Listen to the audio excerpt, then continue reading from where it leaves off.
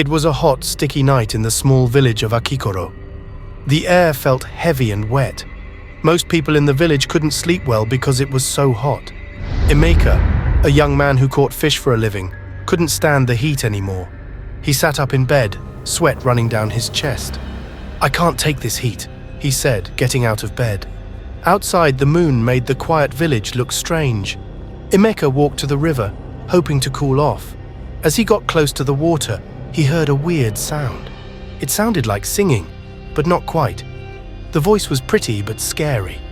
Emeka was afraid, but he wanted to know what it was, so he followed the sound. He found a part of the river he'd never seen before. The water here looked darker and scarier. On a rock in the middle of the dark water, Emeka saw something that made him very scared.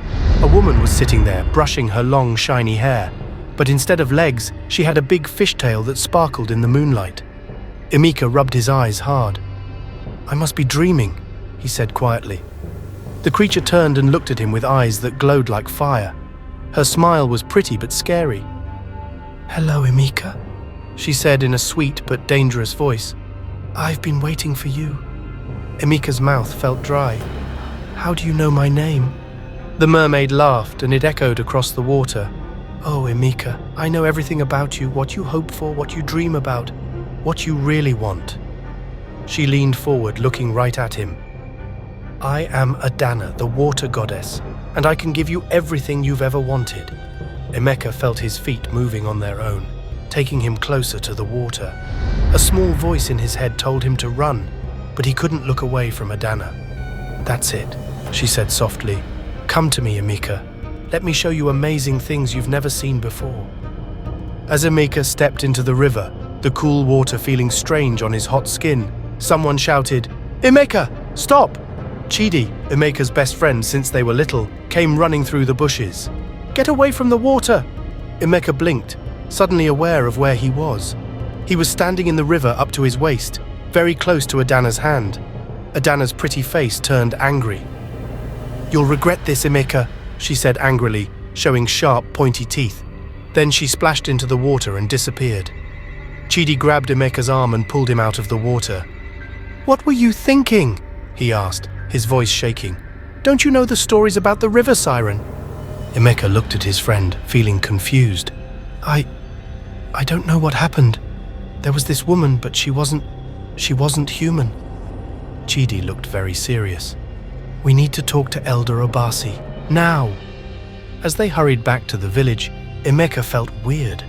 His body felt tingly all over, and he felt different somehow, but he couldn't explain how. The next morning, the village was very noisy and scared. Men came out of their houses looking pale and upset. Wives and mothers were crying in the streets. Elder Obasi called everyone to meet in the middle of the village. He looked worried as he talked to everyone. "Something very bad has happened," he said, his voice shaking. "The river siren has done something terrible again." People gasped and started talking. Emeka felt very scared. "Last night," Elder Obasi said, "the siren took away the manhood of every man in our village." Everyone started to panic. Men cried out, women cried. Emeka looked around, feeling confused. He didn't feel any different. Had he somehow not been affected? Chidi grabbed his arm, looking very scared. "Emeka, we have to tell them what happened last night." But before they could talk to Elder Obasi, something happened at the edge of the crowd. A young woman, looking very scared and with messy hair, pushed her way to the middle of the group. "It's not just the men," she yelled. The children are disappearing!" Everyone got even more scared. Parents ran to check on their kids, but came back crying and without their children. Elder Obasi raised his hands, trying to calm everyone down. "We must not let fear control us," he said, even though his own voice was shaking. "We will send our bravest fighters to talk to the siren and ask for our manhood and our children back." Everyone got very quiet. Who would be brave enough to face such a scary creature?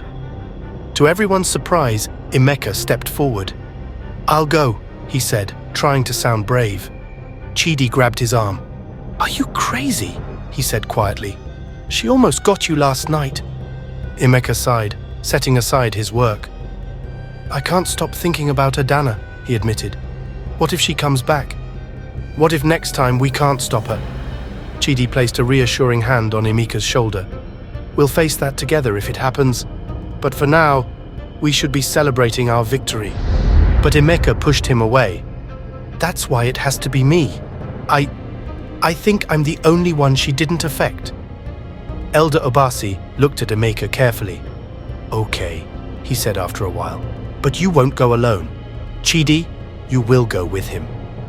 As the two friends got ready for their trip, the village was full of hope and fear. Would they win where others had lost? Or would they too be caught by the pretty but dangerous water lady? That night, Emeka and Chidi stood by the river, their hearts beating fast. The water was very still, like a black mirror showing the stars. Are you sure about this? Chidi whispered, sounding scared. Emeka nodded, even though his hands were wet with worry. We have to try. They walked into the cool water, every splash sounding very loud in the quiet night. When they were halfway deep, Emeka called out, "Adanna, come out!" For a long time, nothing happened. Then, slowly, the water started moving. A shape came up from the deep water, falling off shiny scales. Adanna was even prettier up close.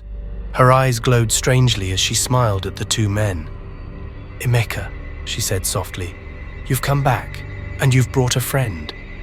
Chidi shook next to Emeka, but Emeka stood strong. "We've come to ask for our village's men and children back," he said, happy his voice didn't shake. Adanna laughed, sounding both nice and scary. "Oh, you humans, always wanting things." She swam closer, her tail touching their legs. "But I might make a deal." "What kind of deal?" Emeka asked, careful. Adanna's smile got bigger, showing sharp teeth. "I'll give back what I took, if you, Emeka, come with me." Chidi gasped. "No, Emeka, don't listen to her." But Emeka wasn't sure. Could he give himself up to save his village? As he opened his mouth to answer, a loud scream cut through the night. From deep in the river, ghost-like shapes started to rise. The missing children of the village, their eyes empty and not seeing. "Choose fast, Emeka," Adanna hissed. "Your life or theirs." Emeka thought hard. There had to be another way. Then he remembered a story his grandmother told him long ago about how to beat water spirits. Suddenly, Emeka jumped forward, grabbing the necklace hanging from Adanna's neck. He pulled it off hard. Adanna's angry scream shook the air. The water around them started bubbling and moving. "What have you done?" she yelled, her pretty face turning into something scary.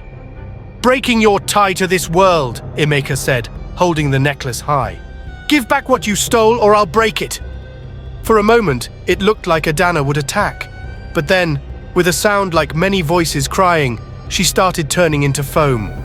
"You'll be sorry, Emeka," her voice echoed as she faded away. "I'll come back, and when I do, you'll beg me to kill you." As the last bits of Adanna disappeared, a wave of power went through the water. On the shore, men shouted happily as they felt normal again. The ghost children started to become real, blinking in confusion. Emeka and Chidi helped the children to shore, where crying parents waited to hug them. The village had a big party, calling Emeka a hero. But as everyone celebrated, Emeka stood alone, looking at the now calm river. Adanna's last words kept playing in his mind. Had they really won? Or was this just the start of something much worse? As if to answer, a strange song floated across the water, soft but clear. Emeka shivered, knowing that their fight with the water lady was far from over. In the days after, life in Akikoro seemed to go back to normal. The men got strong again, the children played in the streets, and the river flowed quietly. But underneath, people still felt worried. Emeka couldn't shake the feeling that someone was watching them. Sometimes, from the corner of his eye, he thought he saw a flash of scales in the river, or heard a bit of that strange song in the wind. But when he turned to look, there was nothing there. One evening, as Emeka sat by the river fixing his fishing nets, Chidi came to him. "You've been quiet lately," he said, sitting down next to his friend. "What are you thinking about?" All of a sudden, someone screamed really loud. Emeka and Chidi jumped up and ran to where the sound came from. They saw a lot of people standing around Nkechi, a young mum from the village. She was on the ground, crying very hard. My baby!" she cried out. "She's gone!" Everyone in the village felt very scared. They wondered if the bad thing was happening again. Elder Abasi, an old and wise man, walked through the crowd. He looked very serious. "Tell us what happened, Nkechi," he said. Nkechi was crying a lot, but she told them how she left her baby girl sleeping while she went to get water. When she came back, the baby wasn't in her bed anymore.